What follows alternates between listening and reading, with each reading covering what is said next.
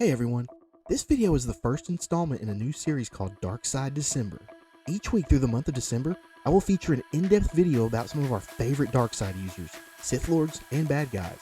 I want to start this series off with a bang, and who better to personify the concept of first impression than Darth Malgus? Let me take you back to the summer of 2009.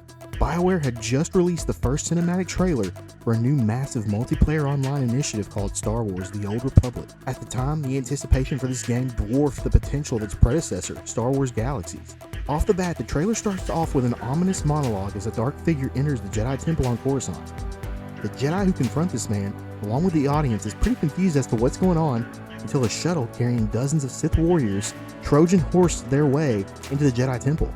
The feeling of all-out war in the temple is made to deeply offend those watching, as we are fresh off the first season of Clone Wars and Revenge of the Sith. The audacity of this Sith Lord to attack something so sacred to us is meant to be a call to action. We wanted to play this game and stop him. Over time, the onion layers of the Old Republic began to peel themselves back through histories, novels, and more awesome trailers. We soon come to learn that this Sith Lord is named Darth Malgus. It's clear from his appearance, the obvious parallels with Darth Vader, that this is a villain that cannot be bought or compromised with. Darth Malgus is the wall that light crashes against, and he isn't moving. Shortly after the sacking of Coruscant, we learn in the novel Deceived that the Sith Empire boldly invaded the galactic capital in order to control negotiations with the Republic. Give us these core worlds, banish yourselves from this planet, and we will give Coruscant back to the Republic.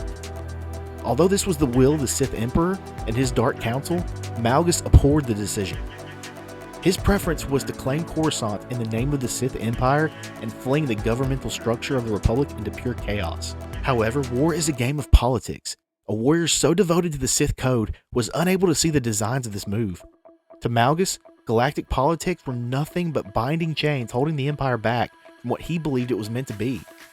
As I mentioned earlier, our first impression of Darth Malgus is meant to resurface our old feelings and personal tensions with Darth Vader. The dark cloak, the suit of armor, the red eyes, and the gray skin, but most notably, the mask. Knowing what we know of Vader and dark side users in general is that this mysterious deformation of the Force is absolute corruption. Mind, soul, spirit, and body. Once we were able to connect those dots, we were able to track the trajectory of this madman.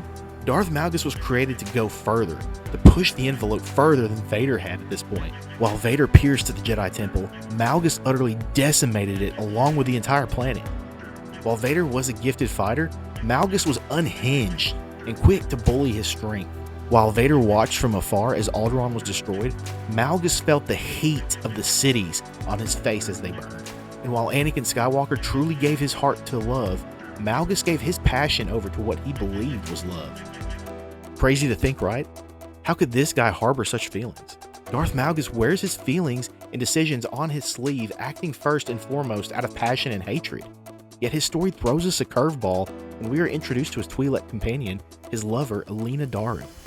The moment that we, the audience, understand how tight of a grip she has on Malgus' heart is when she exclusively refers to him by his real name, in private, Veridin. Malgus gives Alina special permission to use his name privately as a lover, but she is to never use his name in front of anyone else due to her guise as his servant. Their love, which is shockingly raw and with genuine intent, formed under the most dire circumstances when Malgus rescued her from a life of slavery. The true tragedy of their romance is that Veridin feels something purely and deeply for Alina, but his permanent corruption by the dark side of the Force and his obsession with it wedges itself between the two.